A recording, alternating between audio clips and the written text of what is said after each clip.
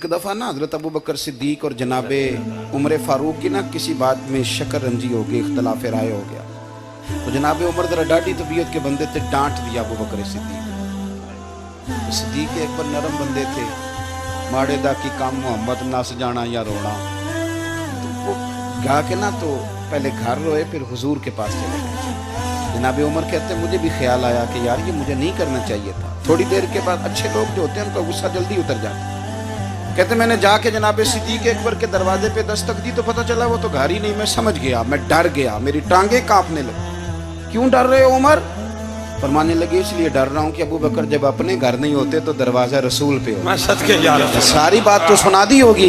फरमाते मैं नबी पाक की बारगाह में पहुंचा, सामने अबू बकर बैठे हैं, पुश्त मुबारक मेरे करीम रसूल की काबे की जानब, चेहरा सिद्दीक अकबर की जानिब, दोनों की गर्दनें झुकी हुई।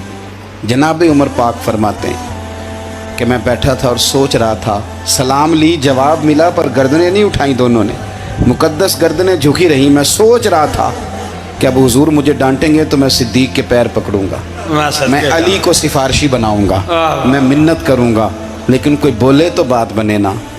कहते हैं जब देर हो गई, ये सुकूत भी बड़ा मुश्किल होता है। ओहो, अगर कभी वो चुप कर जाए तो ये भी बड़ा मसला है, महबूब भी चुप कर जाए। कहते मैं बड़ा परेशान हुआ, जब मेरा कलेजा मुंह को आया ना तो जनाब उमर कहते मैं बोलने लगा तो आंसू मेरे पहले निकल गए। अल्लाहु अकबर। तो मैंने रो के कहा सोनिया भूल गया था, मैं गया था अबू बकर के घर माफ़ी मांगने, पर ये यहाँ आ गए। ये मेरे दोस्तों इसे मेरी तकरीर ना समझना, मेरे रसूल पाक के ये असल लफ्ज़ आपको किताब में मिलेंगे। आप तबक़ात इब्न साद उठा के देखें।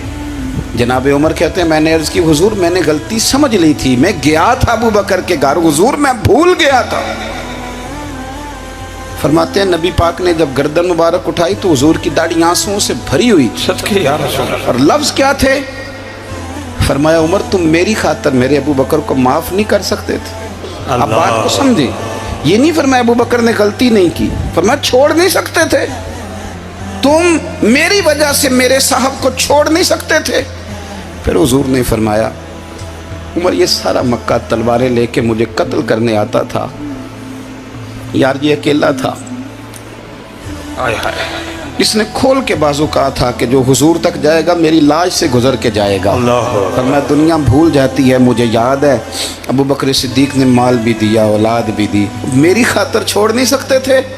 जनाब उमर कहते हैं मैं उसके बाद समझ गया कि मेरे मुस्तफ़ा की रज़ा इसी में है कि अबू बकर को राज़ी रखा जाए। सुभान अल्लाह। आप मेहरबानी सुनो, अब फौरन सुनो, फौरन इसके बाद नबी पाक अलैहिस्सलाम ना शारे हैं दीन के। हुजूर जो चाहें किसी के लिए हलाल कर दें और जो चाहें किसी पर